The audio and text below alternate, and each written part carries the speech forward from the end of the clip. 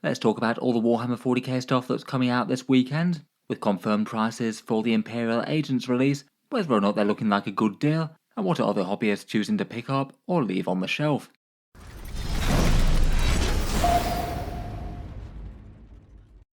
Hello and welcome back to Auspex Tactics, where today I thought we'd take one last look at the entire Imperial Agents release, confirmed pricing for the Battleforce characters and some other bits, a few thoughts as to what's looking like a good deal or isn't, and a look at what you guys are thinking about picking up or not, and what the average Warhammer collector thinks is a good deal. This one's really quite a big release for Warhammer 40k, the new Codex and data cards, 3 auto Battleforces, the Combat Patrol for Imperial Agents, several individual character releases, including the Navigator, Priest, Artemis, and a whole bunch of others returning after a rebox, and then also the Boarding Actions book and the snazzy new Celestian Sacrosanct Aveline miniature. They're going up for pre-order on the 10th of August, with Saturday the 24th being the full release in stores. As ever, if you were looking to pick up any of the bits at a discount, there's a bunch of discount retailers linked down in the video description. Element Games in the UK for 15% off, Wargame Portal in the USA for 15% off, Gap Games in Australia for 21% off, and Fenris Workshop in Canada for 10%. For the Battleforces in 10th edition, Games Workshop has had a bad habit of giving out very small amounts of them to the discount retailers. Some other popular 40k ones have had like 3 kits or so dispensed. If you were absolutely certain that you were picking up one of these, I'd probably be there kind of early. And these are the pre-order times at the stores just mentioned. Things go live at midnight Eastern Time for Wargame Portal and Fenris Workshop, 10 AM UK time for Element Games, and midday Australia Eastern Time for Gap Games. A big thank you to anyone picking things up through those links if you're choosing to order something in. A small amount does go to help support Auspex Tactics and keep all the videos coming. Let's get into the model kits and confirm pricing though. First up we have Combat Patrol Imperial Agents, which like the rest is £100, $168 or €130. This one has the Ministorum Priest with the Zealot's Vindictor, an Eversor Assassin, a flexible Inquisitorial Agent set, basically the Henchman warband where you can make a bunch of kind of cool different characters, and then this one is really heavy on the Adeptus Arbites, dispensers of Imperial Justice with shotguns or fielded as subductors with the Mauls and Shields. Pre-Codex points for these are around about 405 points, which is maybe a little bit on the low side for the Combat Patrols, though not the worst. The discount on the models in the box is around about 36% off, and that does put it at one of Games Workshop's better Combat Patrol discounts in 10th edition, though I feel like maybe the value's brought down just a little bit by having 2 character miniatures here, even if I'd say they are both fun ones. I feel like for most people it's probably going to be a set that's more kind of for the fun of it, and some Imperial allies or a bunch of agents to try and bulk out the forces of an army. Perhaps the RBTs in particular have tended to be at least kind of peripheral as allies since the Exaction squads got nerfed. Otherwise the Henchman warband can sometimes be pressed into cheap objective holder type role, or now go maybe alongside an Inquisitor in a Rhino if you're going for the fluffy option, and the Eversor Assassin tends to be quite a useful lone operative, moving quickly and deleting squads of lighter infantry. I've often seen them used competitively for knights.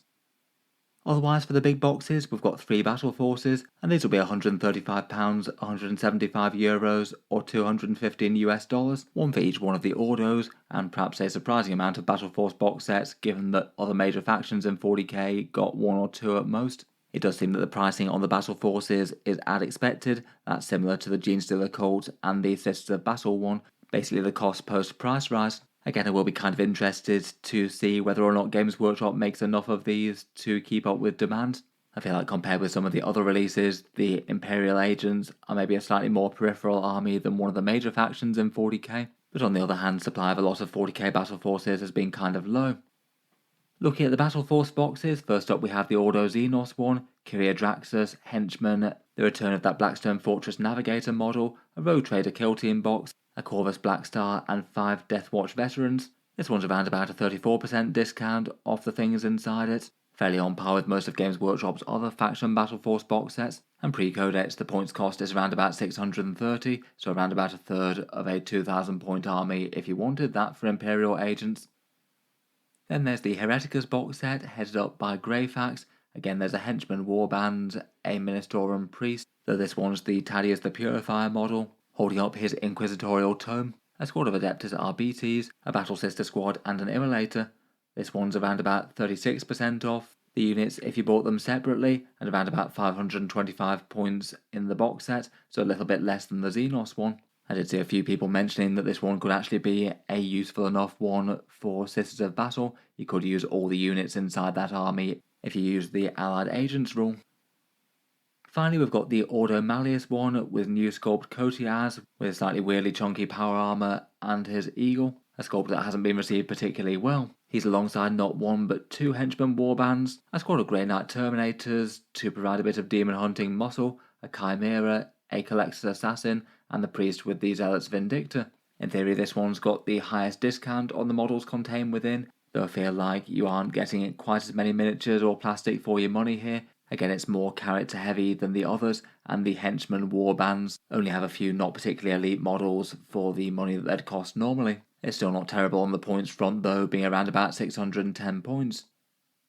Out of the big boxes, I was curious to see which people would be most interested in or least interested in, and this was a poll of people who are picking up at least one of the big box sets. It seems like out of those, the Combat Patrol is by far the one that's the most popular. Seems that people are happy enough to get really quite a lot of RBTs plus a fun assassin, looking like it's a good chunk more popular than any individual battle force, though overall there's still more people looking to pick up a battle force than a combat patrol. Out of the Ordo battle forces, it looks like the Xenos one is the hot ticket item, though there isn't exactly an enormous amount separating them. I guess maybe the idea of having an allied Deathwatch kill team might appeal to some people, plus that one gets the fun Rogue Trader warband as well, and that slightly curious Navigator miniature. Then following that is the Hereticus one and the Malleus one being in last place. As mentioned, I don't think it's particularly model heavy, and I feel like not all that many people were rushing out to get the new Cotiaz sculpt, given how poorly it was received. For rating the box sets a slightly different way, I also asked people to give them a score out of 5 for how good a deal they think they are. They basically all came out kind of even for this one. Again, the Malleus one just about in last place, and the Combat Patrol winning it. Seems like Hereticus beats Xenos for people's perception of it being a good deal, but only very slightly, even if more people are looking to pick up the Xenos one overall. In any case, compared with other releases, it looks like none of them are rated on the same level as the upcoming Blood Angels army set, the one with all the Death Company and the Chaplains, though I do think there's at least a reasonable chance that that's going to cost a fair bit more than the Inquisitorial Ordo battle forces. For the Imperial Agents ones, it looks like people are a little bit mid on them in terms of them being particularly exciting deals, pretty similar to the Genestealer Cult and Adeptus Sororitas combat patrols in terms of popularity, and behind plenty of other box sets, particularly the Custodes one, and a bunch of the other major Xenos factions. Overall, I feel like the Battle Forces main draw is probably going to be fun factor, a whole bunch of quirky Imperial agents and things that you might have seen the kill teams for and might have appealed, but maybe didn't really have any particular drive to pick up those models individually, and now it might give people a bit more motivation if you can actually field them into a bit more of a cohesive army. If Games Workshop get the book right, of course. One box set could also be used to ally a whole bunch of different units into an existing Imperial army and give you quite a lot of options for shaking up different army formats each game. I feel like they do have their fair share of criticisms though. The faction just feels a little bit cobbled together with no real one overarching theme to it. It might be kind of lore appropriate for the Inquisition, given that they're drawing assets from all over the place, but they're not really quite as visually unified as some other armies out there. I'd still be a little bit apprehensive as to trusting Games Workshop to support this properly long term. Allied type rules often tend to change really quite radically between different 40k releases, and not impossible that they could rethink the faction in some major way come 11th edition. Maybe some other possible downsides could be not having a huge amounts of points in the box compared with some factions out there. The Deathwatch and the Grey Knight miniatures at some point are probably due a Primaris scale increase, though admittedly that could be still quite a long way off still. And I do kind of wonder whether Games Workshop's going to make the same sort of effort to balance them as a standalone army as they do with some of the other factions out there. Just feels like there's only a few datasheets that can really do the heavy lifting to destroy enemy tanks and heavies. The vast majority of the agents roster is more sort of subtle assassin things and small arms squads.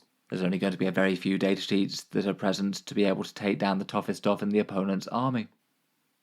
Otherwise, beyond the big boxes, looking at the other releases, there's Codex Imperial Agents itself, plus the data card set. It does seem that the Codex is at the full fat Codex price of £37 or $60, and there is the option of this different fancy cover one at an inflated price for the limited edition version. I was kind of wondering if there might be a chance that Games Workshop might price it at the sort of supplement codex kind of price, like say Dark Angels, but it seems that that's not the case. They do also have the option of the data card set as well, where you just get the data sheets but not the detachment rules and things.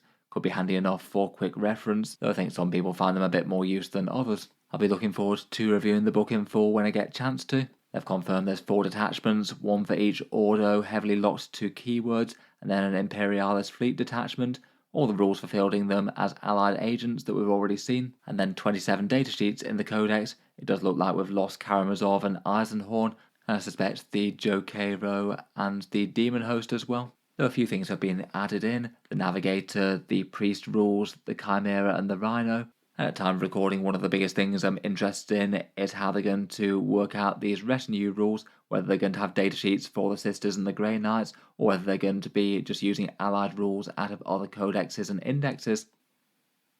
Otherwise, for character releases, we've got Artemis the Navigator and Thaddeus the Purifier. Deathwatch Captain Artemis was range rotated in a kind of unusual way, given that he's a recent plastic miniature.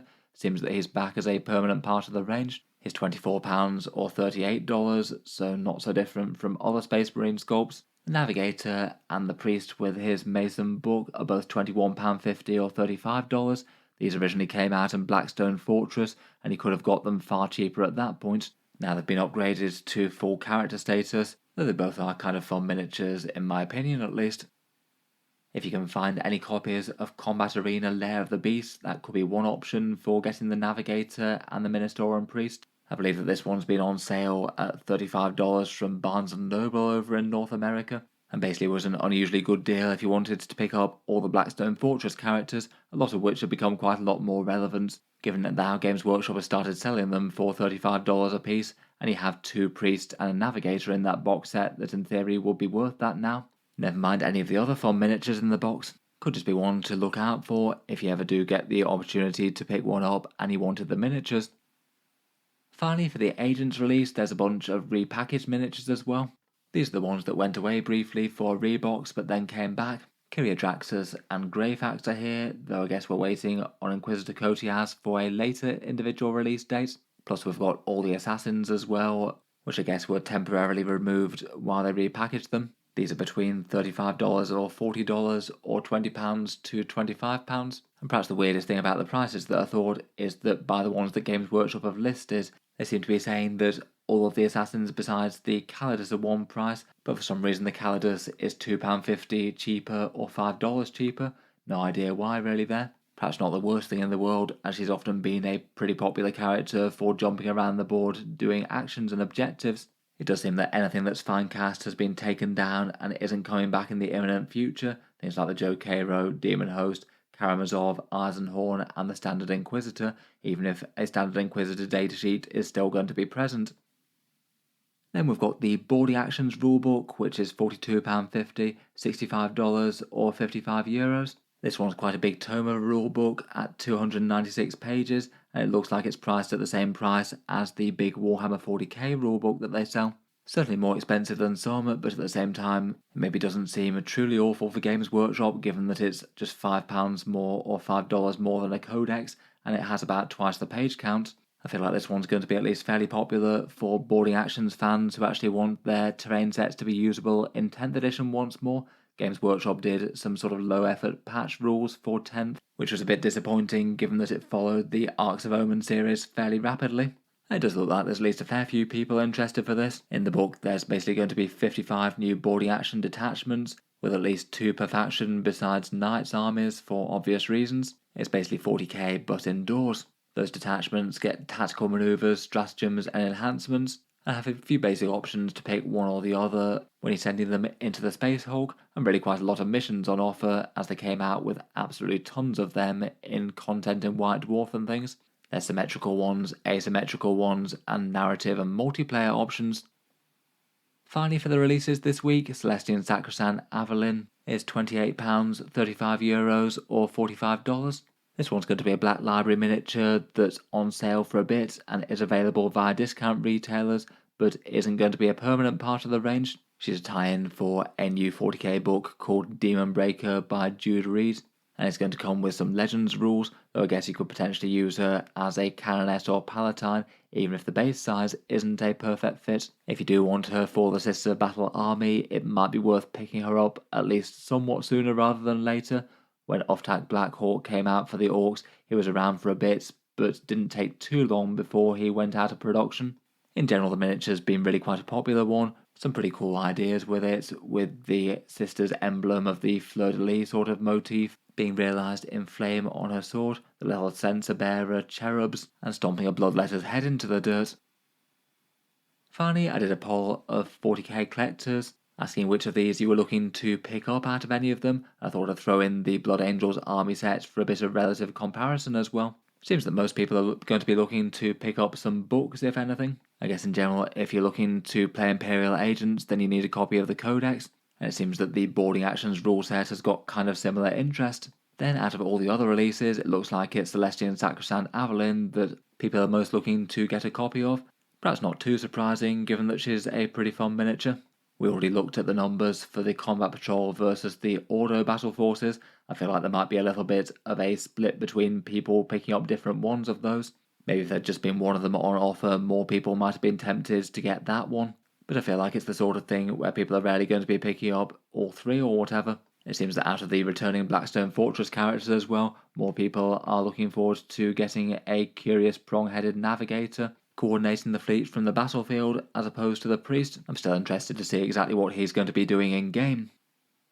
In any case, let me know what you make of the releases. Are Imperial Agents something that you have any interest in or not? And for those of you who are looking to run the army in some way or another, I'll be interested to see what sort of units you might be tempted to pick up for it. Are you just going to go fairly scattergun for a fun approach? Or are you going to theme the force around one of the Ordos, maybe go big on one of their militant wings or something? Let me know your thoughts. As mentioned, all of these are going up for pre-order from Friday night to Saturday morning. Check out the links in the video description if you did want to save a little bit and help support the channel. There are plenty of other good discount retailers out there beyond these though, of course. In any case, feel free to subscribe to Auspex Tactics if you'd like to see more like this. I do tend to try and cover Games Workshop's news releases and rules whenever they change stuff, so subscribe or check back later if you'd like to see more. Finally, if you have been enjoying all the videos on the channel, I would just like to mention that Auspex Tactics does have a Patreon page as well, and you can find that linked in the video description down below if you'd like to help support and keep the content coming. Channel patrons do get a fair few advantages, seeing certain videos early, regular votes to see what sort of things come next on the channel, and automatic entry into the regular prize giveaways with a chance to win some big model kits each month. If any of that sounds good to you or you'd just like to help support, the link is down in the video description. In any case, a massive thank you for listening, and I'll hope to see you guys next time.